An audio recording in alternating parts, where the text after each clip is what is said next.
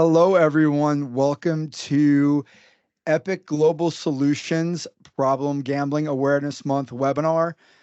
We wanted to take the opportunity to culminate the month by talking about the theme of the month, which has been Every Story Matters. And so Epic Global Solutions, if you don't know about who we are, we're a consultancy focused on gambling harm prevention.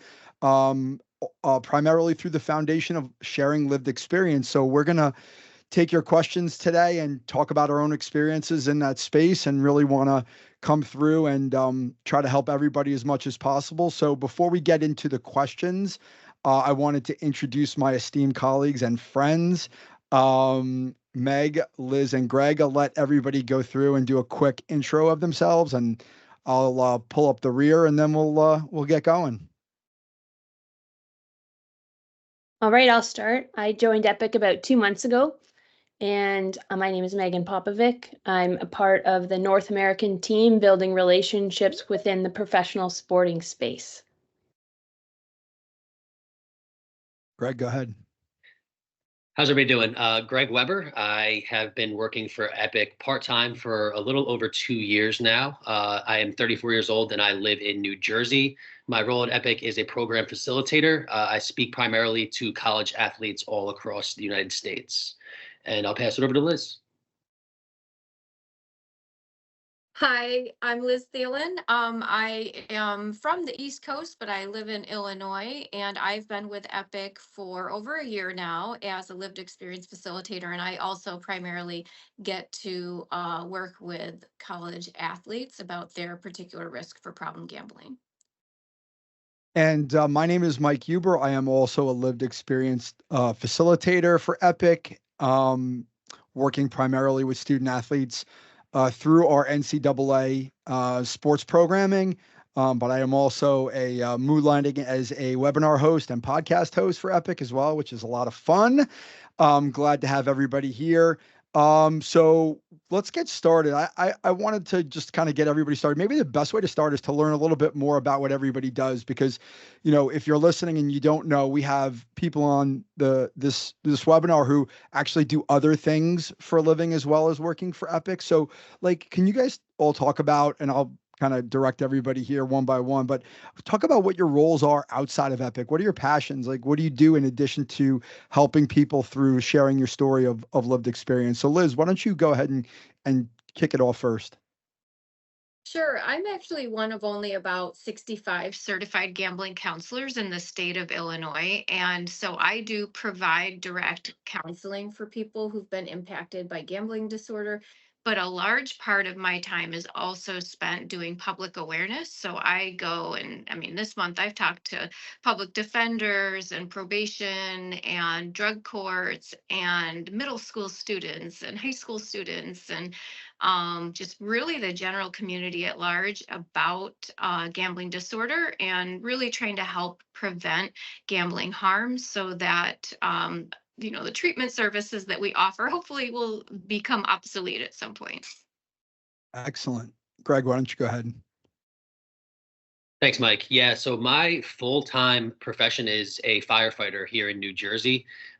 It's actually the perfect job for being able to do this as a part-time program facilitator. I do a 24-hour shift, so I just got off shift this morning, and I have 3 days off in between my work shifts, which I always say is really perfect for what I do now and working with Epic, being able to travel, talk to college athletes. Not the best job for me during my active addiction when I was gambling, as I had a lot of free time on my hands. So I spend my time kind of as a firefighter, as a program facilitator for Epic, and I have a newborn son. Well, not newborn anymore, but he's 18 months now. So I am a husband and a father as well. So I'm trying to wear many hats now. So thanks, Mike. Excellent. Go ahead, Meg. Yeah, so I'm the lone Canadian up here and wishing for spring to come very soon, weather-wise. So my background coming to Epic is my academic background is a master's in subcultures and a PhD in lived experience of how athletes find meaning in their lives through sport and taking their lives and kind of gaining some reflective capacity to understand what to take from sport to move forward. I worked within well, I'll probably speak about it a bit more, but a professional hockey club up here in Canada for 5 years, trying to look at lived experience and then build out programming for well-being and performance from an individual, team of teams, and collective club level. And then since then have built out a small consulting practice where I work with clubs in the Premier League, NBA, NBA Global Academies, MLB, all different leagues, posing that question of how do we create processes and a culture that looks at what the athletes are going through and the staff and elevates a higher level of care than perhaps ever before. So I was brought into Epic first as a member of the Pro Sport Advisory Board, which helps Epic look at sport around the globe and figure out what is the best way to provide services and education and care for the clubs. And then now in this new role, I'm trying to fold those past experiences into now. And similar to Greg, and I know Liz has a very strong family life as well. So I'm a mom of two, a son in grade 2 and a daughter in grade 4, and very Canadian. We're a rink rat family. I'm at the rink probably every day, maybe twice, arena, because both play hockey. And why I think bringing that into this space is pretty cool is because I get to be just a mom there, not just a mom, but a mom, and see what's going on in youth sport and both the parents and the coaches and how the athletes are being raised. And it's always nice to feed that into Epic when we do work with academies. Excellent. I love everybody's background. I think it's a really nice fit for what we're talking about. So, what I failed to mention in my intro is that I'm in my 12th year of recovery from a gambling addiction, and I've been with Epic for 3 years. And I found my way to Epic 3 years ago, or even more, honestly, through my own journey of from recovery to a new career in the sports psychology field. So not totally dissimilar from some of the things that Meg does. I do in a private practice working with young athletes, and I found the inspiration to go into that line of work and helping other people through my recovery. And my work with Epic just fits so perfectly with that, in that we get to speak to student athletes and kind of share our stories as a way to sort of protect them and educate them and give them the tools that they can use to make their lives better and prevent themselves from harm. So and I am too 4 for 4 parent. I have two of my own children who are now teenagers, scary enough to say. And it's a busy life, but it's really an honor to be here today. And we're looking forward to hearing from all of you. I mean, obviously, there's a bunch of people here who want to hear from us, but we want to take your questions. So if there's anything on your mind, please shoot them our way. I guess to move forward here, I just to stay on theme here, like what have all of you been involved with this month? Right, March is PGAM, right, Problem Gambling Awareness Month. I mean, let's talk about what everyone's been up to. Liz, why don't you start, because you're smack dab in the middle of it with with your work as a counselor. Sure. As I mentioned, I've done a lot of workshops. I think I actually have 19 different events this month, including to just different aspects of the criminal justice system, due to the unfortunate connection between disordered gambling and crime. And we know that gamblers are usually not afforded treatment and diversion like people with underlying substance use disorders have. So there's a lot of advocacy around that. Getting to talk to students, I would say. I've done a number of interviews with the press, so some radio and television appearances, just raising awareness of help that's available. We really have a lot of new gamblers on the scene with new forms of gambling that are coming out, and it's a really good opportunity to educate about the risks, to share some responsible gambling strategies for newer gamblers, and also to get them correcting course earlier if they're starting to experience gambling harm. So I love that. And I will say, one of my most favorite things, actually probably my most favorite thing that I did this month, was I got to meet with a youth soccer league.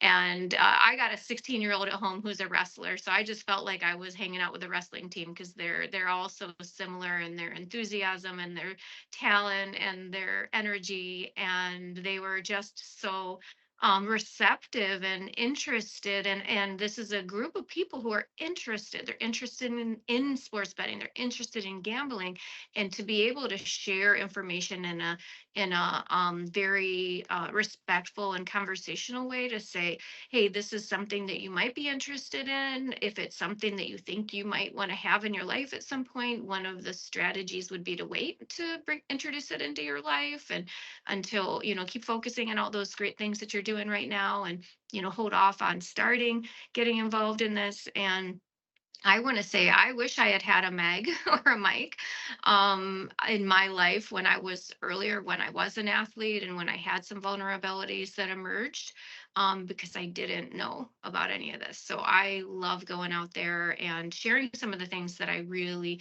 could have benefited from if they had been around when I was younger. Liz, can I ask you a follow-up question on that? So, like, when I assume you were sharing your story with that group. Yes. What were some of the reactions from the teenagers when you were sort of talking about the things that you experienced as a former gambler? Like, what maybe got their attention or kind of piqued their interest? Well, interestingly, I do start with the aspect of being a former athlete, and when I share my story, it's actually really kind of cute. I use a presentation format where they can use their phones and put answers up on the screen, like anonymously. So I always Mhm. start, what was my sport? And I get, soccer and volleyball and rugby. I was like, that was pretty cool. And then they get smart, and then one of them said, you ain't played none. It was really cute, and we all Mhm. laugh. And then I pull up this, images of me during my competitive time, and they kind of go, oh. And what they found really, really interesting was the aspects that I brought to the table as a competitive athlete: my competitiveness, my adrenaline seeking, my inability to accept losses, my striving for ongoing wins, and linked them to how I gambled in a problematic way. And they were so receptive and so interested, because they recognize these are strengths that we have as athletes that make us really good athletes. However, if we use these in a gambling setting, they actually can work against us. So they are very, very interested and receptive to that connection between Mhm. their aptitudes and skills as athletes, that they really have to be cautious about using in a circumstance like gambling. Yeah. And I'll just speak from my own perspective as, a sports psychology professional. I think that ability to connect and explain why the behavior is something that you want to be cognizant of, right? From a motivational perspective, why, like, here's why you shouldn't do it versus just don't do it because I said so, right? Like, I was that way when I was gambling as a grown up, right? Like, oh, you should stop gambling. No, like why? Right? Like nobody explained to me until I got into recovery. Like, hey, here's why you shouldn't do it. Here's what you need to do. Right. So like explaining to them why shows the respect and deference for them as young people who usually just get told what to do. So I think that's really, really cool. Meg, I know you have a little different perspective. You don't have a lived experience perspective in terms of actually gambling, but like from your perspective, like what did you do this month to participate in Problem Gambling Awareness Month? Mhm.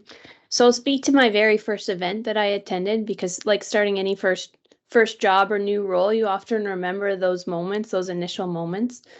So I traveled to Detroit and Michigan, and we have a relationship with the NCAA where the lived experience facilitators go to the campuses and work with the athletic directors to deliver programming for the athletes and staff. And so I had the privilege of watching one of our lived experience presenters named Dan Trillaro, and I saw him speak. Well, I think this is such a cool moment for Epic and for PGAM is because it was a moment in time where we saw the ideal integration of leadership and thought around what's best for the athletes and what's best for the school and the conference. So as Dan was speaking, he was speaking to the first year students of all different sports. So it was a totally eclectic mix of students in the room from every sport, as long as they were first year, and anyone who had come through the transfer portal. Because the athletic director, who's a huge supporter of Epic and believes in what we're doing, had Epic in the years past. So the athletes had already experienced the story, but he wanted every student coming in now to be part of what Epic is educating. Why I thought upon reflection that was my favorite moment is because the students were engaged. You could hear a pin drop, which for very kinesthetic learners, active young people, to listen and talk and engage and then ask questions for an hour is I think reflective of the quality of the presentation to them. It met them where they're at, and they heard something and saw a facilitator be vulnerable that brought them to a different place of engagement. And then because we were there all day, we had meetings with athletic director, assistant athletic director, and then an integrity leader from the conference, from the Horizon League, was there also partaking in the discussions and the sessions. Why I think that is such a exemplar is because they all came together and invested time, and everyone who works in sport is always busy. But those that have the power and the opportunity to create space for Epic to come in and educate the athletes were there. And then the conversations were about what can we do to go forward. That to me is exceptional for the students, for the university, and what at a conference level can we do to continue to improve the education to our students and staff about what is an increasingly challenging and complex issue. So I'll stop there. I mean, I just have to say and comment, as a lived experience facilitator being in those rooms with college age athletes, right? I always leave so impressed with how they, listen, you always get a kid who's on his phone or maybe is sleeping because they're really tired because they've been working out all day or going to class. But by and large, kids are leaning forward. They want to hear what you have to say because the story is what's so engaging to them. Like, I want to hear and learn how this story ends. I want to hear like how you overcame struggle. I think that is such, I mean, being objective as I can be, because I'm doing it, like just being able to share that story piece of it with young people really hooks them versus telling them, again, to go back to what we were talking about, or, what Liz was saying, that idea of like, hey, like just don't gamble, right? Which is what they typically don't hear in a compliance setting. Don't do this, don't do that. But when they hear how it can affect somebody and someone shares that vulnerably, now all of a sudden it's a totally different, disarming dynamic. And that's really the value of the story for me. So, Greg, this month, I don't know if you've been out delivering. What have you been up to in March? Yeah, so this was actually somewhat of a slow month for delivery for the NCAA for me, which is a nice change of pace. We were busy all through last fall, especially early this year as well. But the cool thing I got to do this month, I actually got to do virtual sessions with two operators, BetMGM and Bally's recently, which I did with, I believe Alan is here. So Alan Smart worked along with me for that session. Both sessions, over 150 people from both operators, which is amazing to see the turnout. They were very unique sessions for me where I got to tell kind of a more detailed version of my story. I got to go into depth. Usually we kind of keep it brief, like half of the hour presentation, but I got to go about 45, 50 minutes. So really kind of dig deep and be vulnerable, which I think the operators really appreciated. It was very cool to see the questions kind of fly in, and both sessions ran about 15 to 20 minutes over time, which I was amazed by how engaged the operators were, the questions that they asked.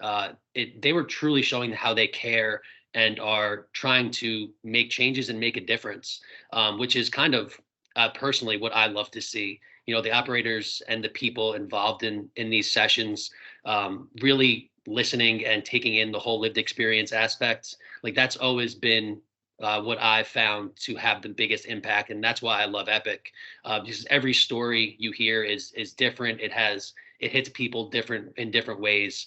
And they asked some great questions about what they can do better as operators, how they could have helped me. The questions kept coming in and they were all really, really good.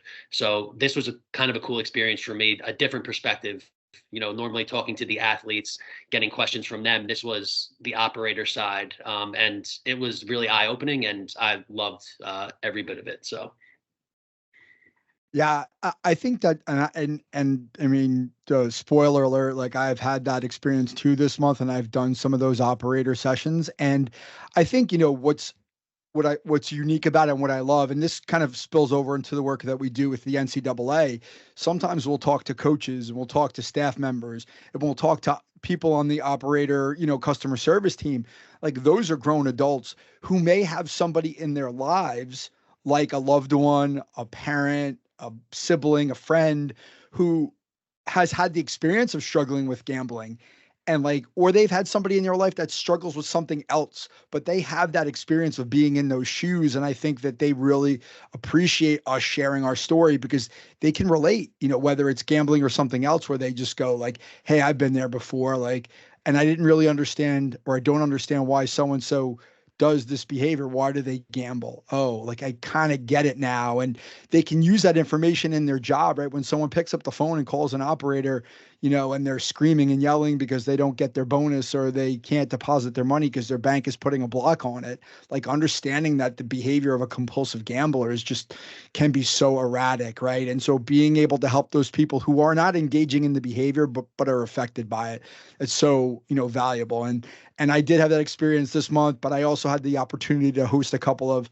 podcasts on behalf of Epic with Mark Hicks from the NCAA, who's our partner and a friend, and who sponsors us to have us out talking to all these colleges, which is just a huge, blessing for me personally, and is so supportive of the work we do. So we talked about their programming and how they're looking at Epic's involvement and what they're trying to do to protect student athletes, which was amazing. And we had a good conversation for 30 minutes, and you could probably find it out there in the universe. Check it out.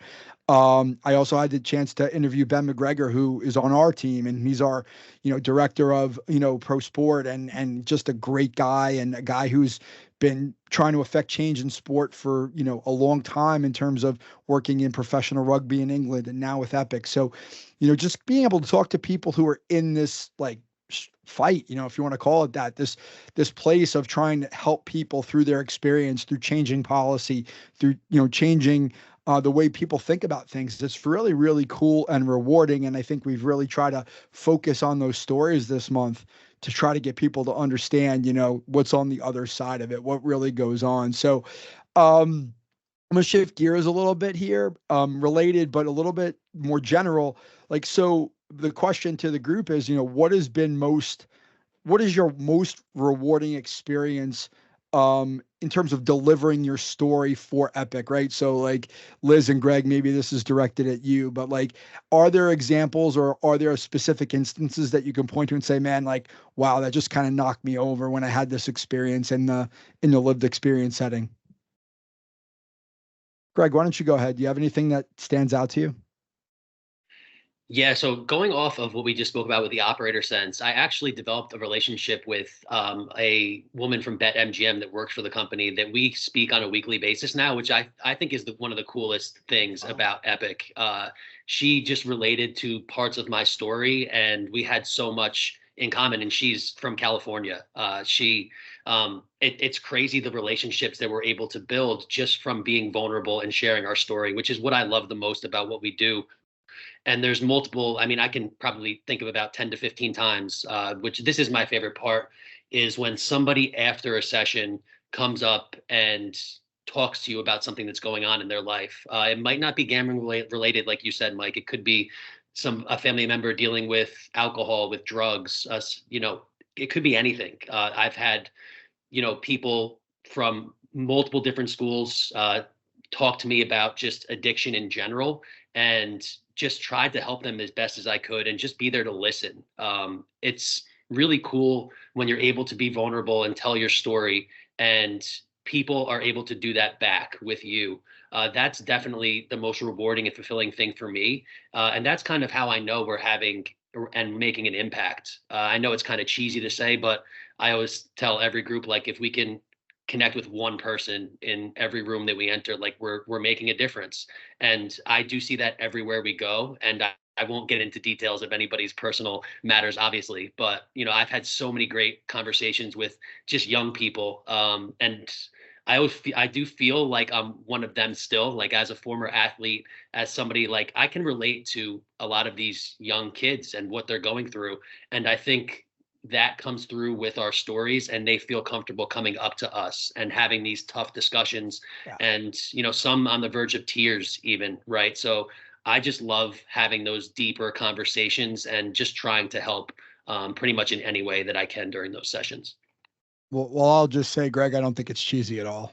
I think it's no, and I think it's really important, right? Like, you're not going to reach everybody because not everybody has the motivation to sit and listen, and they don't think it affects them until it does, right? But, being able to reach people and help people, right? We do it through our stories, we share our stories out of care for other people. And I think, not everybody, connects with that, but I think a lot of people do. And if you help change someone's life, just one person, I think it's really, really valuable. So, Liz, you want to talk about any experiences you've had while working for Epic that have stood out to you?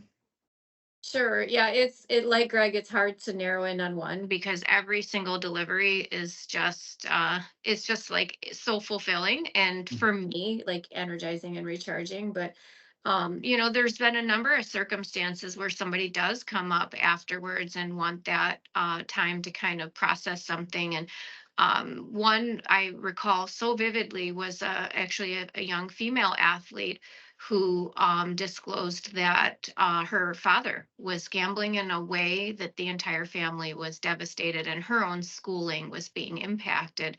And part of what we do when we're sharing our stories and the risks to athletes as it is also sharing resources. And Mhm. unfortunately, it is not well known what resources are available for people struggling with gambling or being impacted by somebody else's gambling.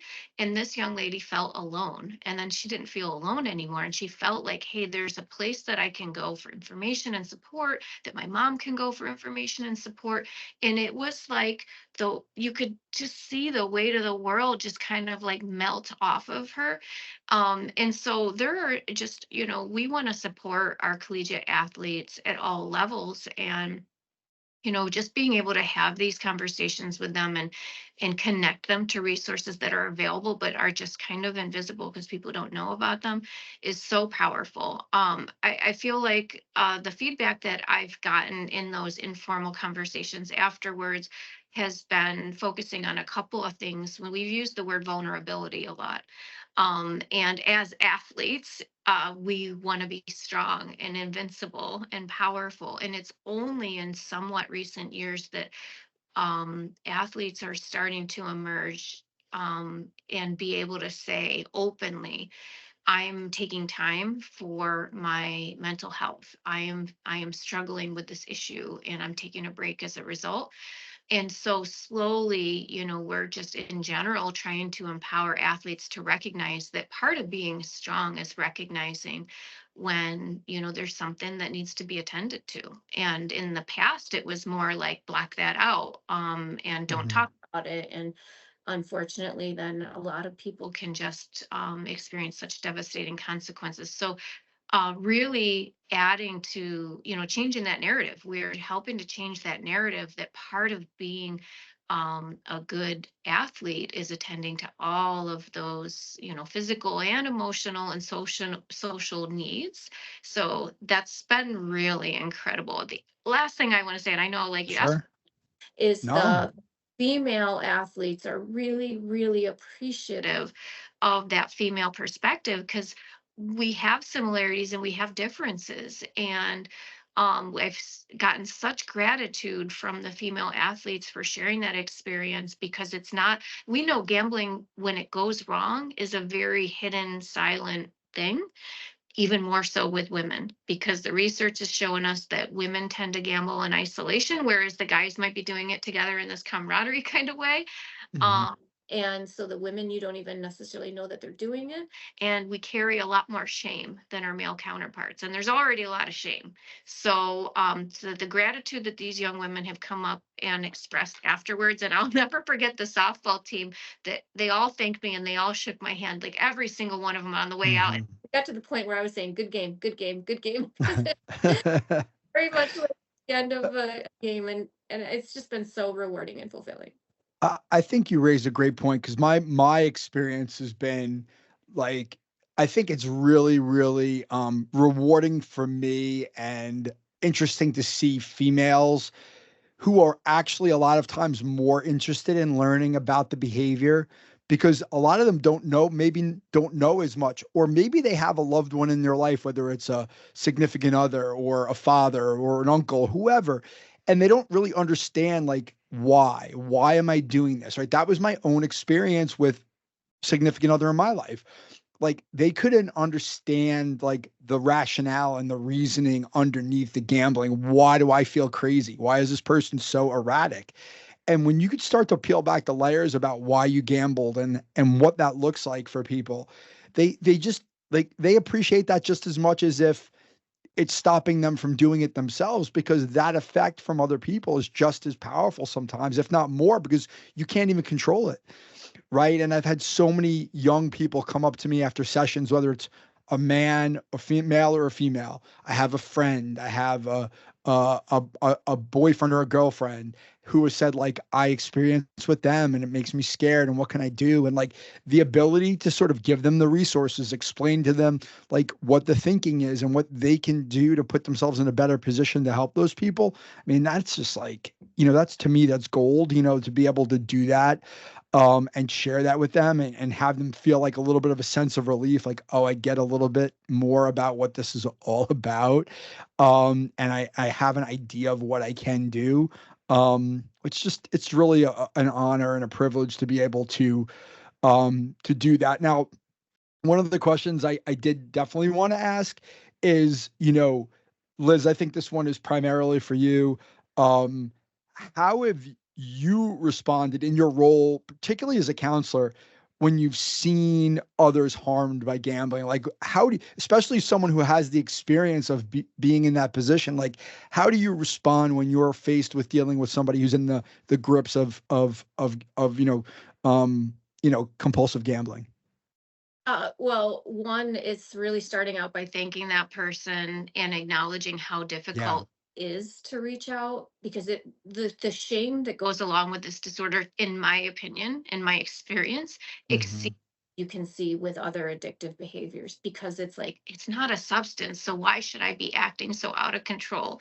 And so really just thanking and validating and then listening, because like me and like many other people, nobody knows about it, and it is their absolute first time to be able to share with another human being what they've been experiencing. And so non-judgmentally, because the judgment out there, I mean, there was a recent study that showed, and I want to say it was like over 30% of people, respondents in this study, indicated they would be embarrassed if a loved one needed help for gambling. And so the thought of somebody struggling and reaching out for help and having that person in their life react with disgust, bewilderment and judgment Hmm. is just, so when they come here, they are getting no judgment, they're getting welcoming, and then we are helping them to understand the why, because there is so much shame around, why would I do this, why would I act this way? For me as an athlete, I was so disciplined and controlled Hmm. every other aspect of my life. I mean, I was striving for, perfection in everything that I did, both in sport and academically. And to have this area of my life where I was so out of control was so shameful and confusing and actually painful for me. So to really help people to recognize that whatever they have done actually makes sense. It Hmm. makes sense for them given their circumstances, given their vulnerabilities, and it's basically like helping that person to see, no, you're not a bad person, you're not stupid, you're not immoral. um Hmm. you had a kind of a cluster, or many facets that were, had some vulnerabilities and some risk factors, and they Yeah. kind of just played on themselves to contribute to the circumstances that you're in. So it's that's, I'm so fortunate to have the best of both worlds with the roles that I have. Yeah. And just to like, I thought something you said was really interesting, right? Because like for me, when I was gambling, like I thought that I was in control and that I did have an element of perfectionism that like, hey, like there's nothing wrong here. Like I am in control of this process disorder, which I didn't know that's what it was, but like I was like, it was almost like this level of like, I have everything under control. Like I like the process. I'm going to command this. I'm going to do everything right. And it's going to be okay eventually. And then you get to the point where it's just like, I can't control this anymore. So like, as somebody who thinks that they were in control for 25 years of problematic gambling, like I was, to come out and say like, I have a problem is one of the most harrowing things that you could do. It for me certainly was. It was just one of the scariest things I ever did. It was one of the obviously the best things I ever did, but it was so scary to be like, hey, I have this problem. It's been a secret. I've been hiding it. Like I can't do it anymore. And like that is shame, right? And it's tough. It's tough to deal with and to share that story. Not everybody wants to share it. I mean, we know, right, for those of us who participate in anonymous fellowships, right, people go to anonymous fellowships to talk about their story anonymously so that nobody knows, right? The people on the outside of that fellowship never know. There's not many people who want to open up and talk about, hey, I have a problem with gambling. This is what I did. This is the damage I did to my family. This is the amount of money that I lost. This is what I did to my career. Maybe I went to prison. Like those are all things that are really, really hard to swallow. And for, I mean, for you guys and for me as well, to be able to share that, like I think is unique and it's not common. So I mean, to be able to share that story and is just, I think, really, really powerful and important in this forum. So, um, in this, I mean, in this group, like, I mean, so like, is there anything that like kind of stands out in your particular individual stories that people really gravitate to, right? Greg, your story, like you were primarily a poker player, or that was sort of what you were known for. Like when you tell your story to student athletes or to operators, like, is there anything that jumps out to them about like what you did? Yeah, I think the really cool thing about Epic and all of us is the background in athletics, number one, right? That helps so much to be able to connect with them because you see it like athletes like to hear from somebody that's been in their shoes, right? I didn't play college sports, but I played, at a competitive high school level. So just talking to them about the characteristics of an athlete, that always really resonates. Like Liz, in the beginning of my presentation, I like to show a video from a poker tournament that I played in. That really kind of shows them that the level that I kind of made it to in regards to playing poker, right? And then they're very interested in why I'm even here. Like after seeing that video and the amount of money that I was able to win, it's like, Mm, wow, something must have went terribly wrong for this to happen and for you to be here today. So just kind of starting on that note and you see them sit up in their chairs, after seeing something like that and then mhm, explaining like the whole process of how it happened. I also go into detail about my mom being sick with cancer mhm, and passing away from pancreatic cancer, and talking about that is still super difficult for me. It's always very very tough to do, but I think mhm, that's an important part of my story that I need to tell. Like I don't want to keep things just inside me, and being able to be vulnerable about that. Like I've connected with so many people, not just about gambling, but about somebody that, has gone through something like cancer, right? So talking about that part of my life and how that affected me and just how people deal with stressful situations and grief. And for me, it was escaping through gambling. And I think people can relate to that. Maybe not somebody, having cancer or something to that regard, but they can relate to stressful events in their life. Something everybody has something that's going on that other people don't know about, right? And if you have something to escape to, people can see that, like why you would need to escape and why you would not want to deal with your problems. And it's kind of the easy road to take. And a lot of people, fall into addiction because they mhm, can't deal with life and just what's going on. So I think really kind of highlighting that aspect of, hey, like it's okay to feel, grief and stress and sadness, and escaping through gambling, mhm, while it might be an easy thing to do it and kind of hide from everything that's going on in the moment, it's going to do way more damage, right? So I like to really get into the weeds and talk about everything, that really impacted me, and I think they really appreciate that. Just we got to keep going back to vulnerability, but I think that's the most important thing. Like when you can talk about life events that are, that Yes. impactful, like people can relate, I love it. I'm gonna piggyback and jump in on that because like that for me is like I think that is, I mean, aside from it, and I say this a little bit tongue in cheek, aside from the money piece of it, right, which a lot of young people are focused on the money, right? How much money did you lose? How much money did these athletes lose that we highlight in some of our sessions? But really helping them understand that it wasn't about the money for a lot of us. It was about being able to deal with reality. Greg, like you said, escapism, right? For me, it was about transitioning through critical parts of my life, whether it was going from high school to college and having this change in who I was and my identity and all these challenges that I wasn't probably ready to cope with, to going from, to fatherhood, which was really the biggest trigger that led to the demise of my gambling and led to me coming into recovery.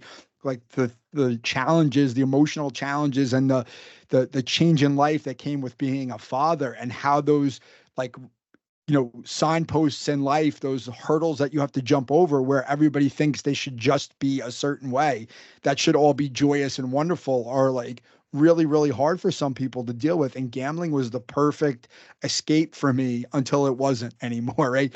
It kind of helped me solve my problems to the point where it created more problems.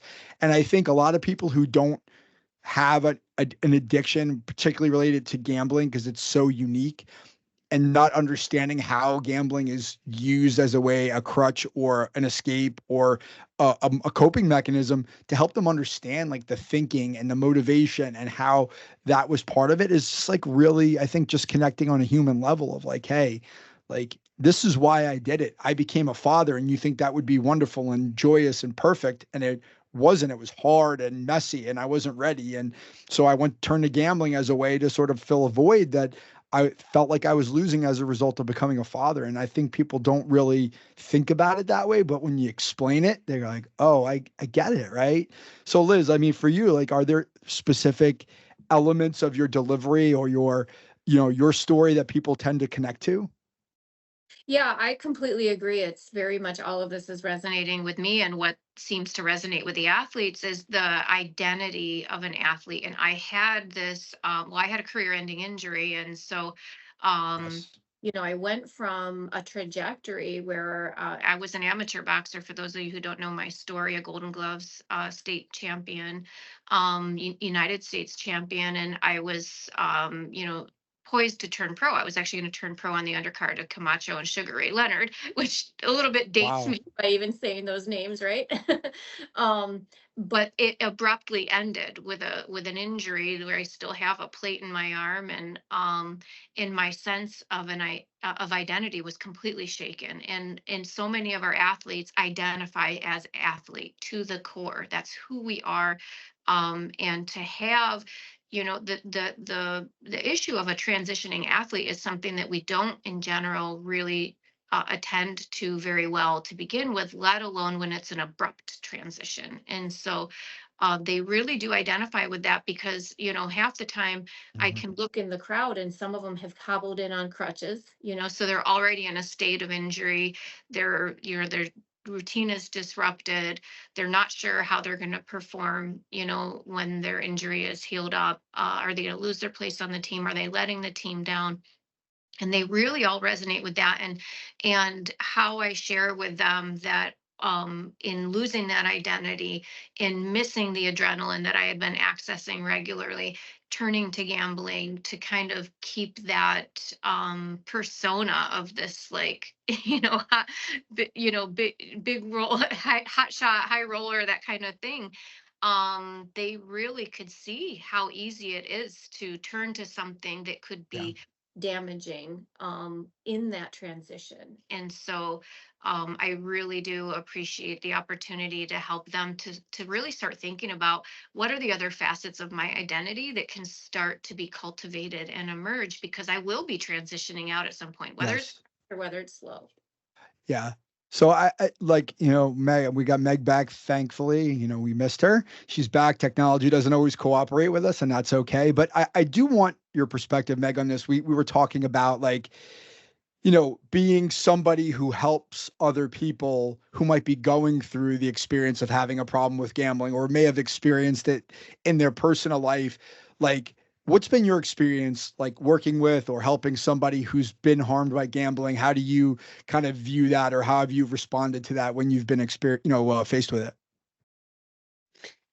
Yeah, so I think that the professional sports environments, and I would equate NCAA similarly, but I don't have enough experience with the NCAA athletes to speak confidently about the similarities.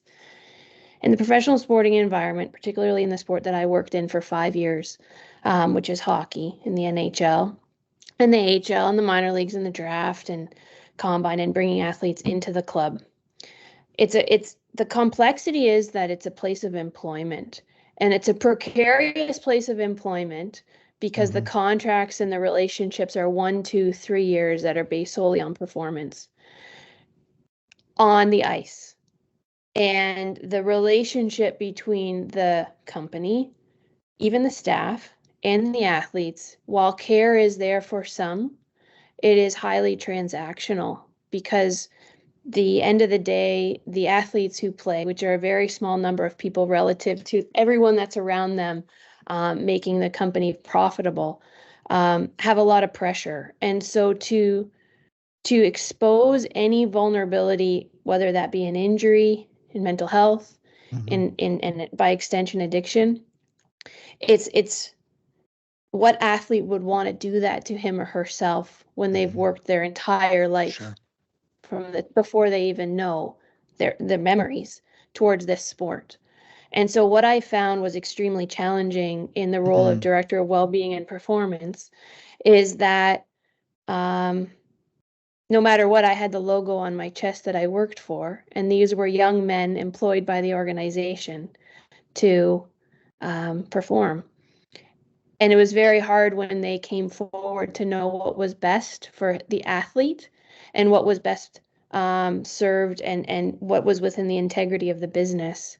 So I'm sorry if it's cutting out. As you can see, my No, you're internet is a good. little choppy here, but You're I okay. think it's that paradox of care Sure. within a workplace when at the same time, if an athlete shows that they may not keep up or fit in, they can be removed in a day. Yeah. And I saw that happen time and time again. So I'll pause there.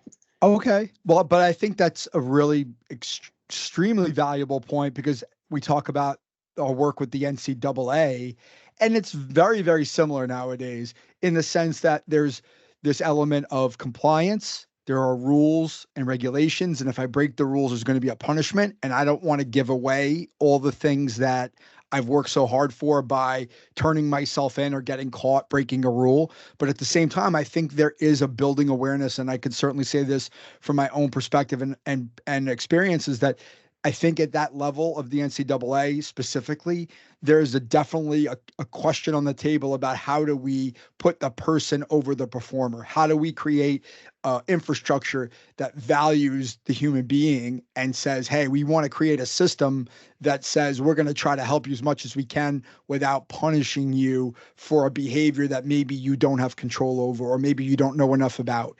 And I think the story piece of this is really what's driving that. You start to see that there's stories behind every person who gambles, who gets into a problem. Why are they doing it? It's not that they're stupid or they're dumb or they're needy financially. There are all these different reasons. And if we understand the person and why they're doing it and we can get them help, we can also move forward to better solutions rather than just saying, we're going to wash our hands of you. So I think that that's a really important point to understand because I think that's underlying everything that we do is getting to the heart of the person and what they need versus like, hey, you're a cog in the wheel, which I think is really helpful. So as we wrap up, this is going to be a little bit of an unprompted, unscripted question for everybody. So hang with me.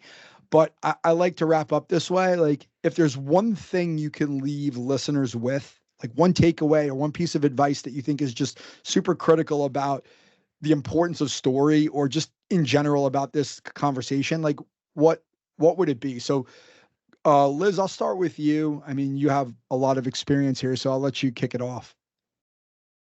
I'm sorry, I can't stick to one, but one I'm going to say is that this is a potentially fatal condition, and people do die from this. And so being able to create safe spaces like this for people to share, this happened to me, and I am healing in this way, literally can save lives. So I really appreciate, PGAM is Problem Gambling Awareness Month, which is focusing on the problem.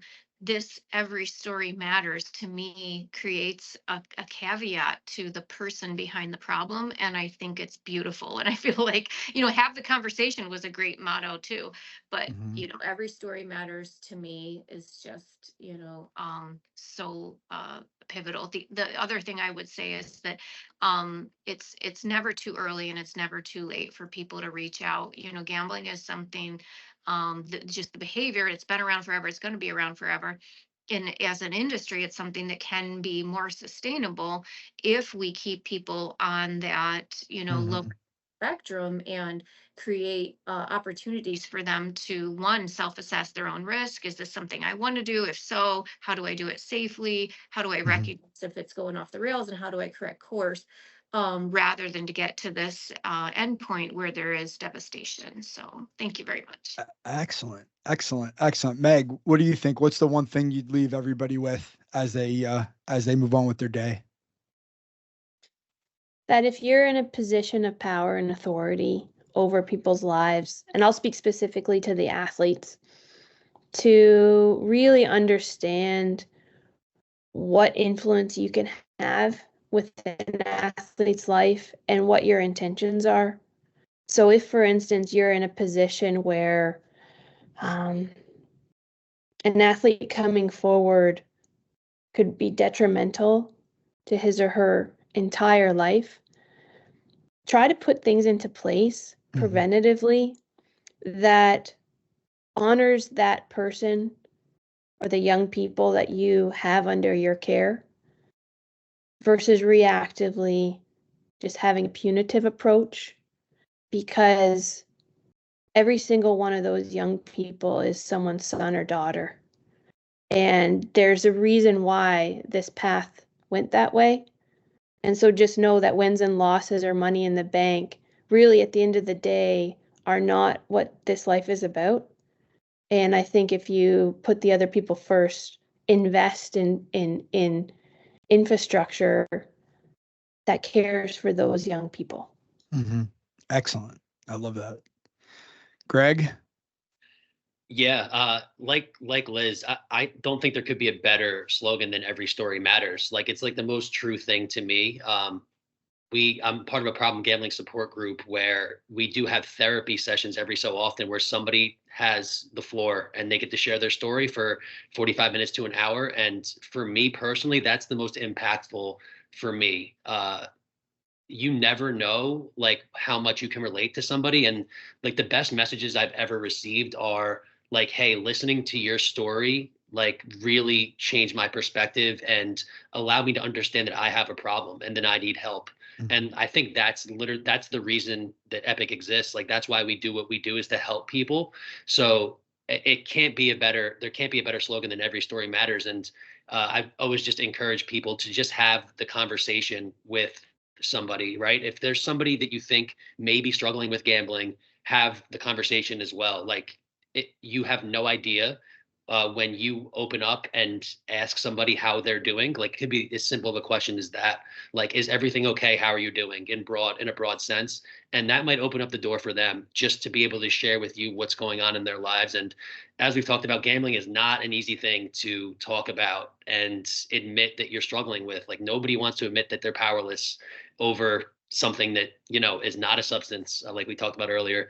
So you have no idea, and the only good things can come from sharing our stories and having these tough conversations with other people, and you can always make an impact when you do so. Yeah, and what the thing I'll leave everybody with, because I say this in every session that I do with student athletes, and I truly believe this. Maybe it's maybe it's a little off so it's not off topic, but the thing that I want everybody who comes in one of my sessions to know and really remember is that like help is there to be had, right? Like whether you're 18, 19, 20, whether it's gambling, whether it's drugs, whether it's a relationship, whether it's financial, there's help to be had, right? And the stories that we tell are in the context of our gambling, but it's really about giving permission to come forward and ask for help when they can't solve a problem on their own. And I think for anybody who's breathing, we all go through it. Kids, money, stuff in our lives that we think is under control or okay, and we can't really find a way out of it, and we try to do everything ourselves. And I think that, knowing that there are other people out there who have asked for help, hopefully is a motivation to say, hey, I can do this too. So with that, I want to thank Greg, Meg, Liz for joining me. It was a privilege to be able to lead the discussion. Hope everybody who was listening got something out of it. And, we'll close up Problem Gambling Awareness Month, and we'll probably see you again next March. So thanks everybody for joining. Thanks, everyone. Thanks, everyone.